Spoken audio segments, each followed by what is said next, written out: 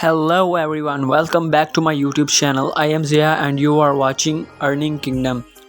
If you are new to my channel, then please subscribe to my channel and must press the bell icon for upcoming videos. In this video, I want to show you how to remove and block ads from your Android mobile in only one click. So simply open your mobile setting and search for DNS.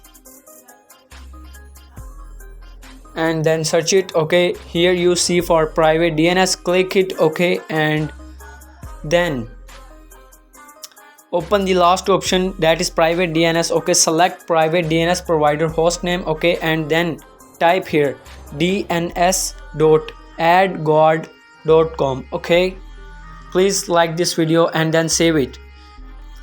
Wait for the connection. Could not connect. Okay, wait for connecting it. Okay, this is successfully connected.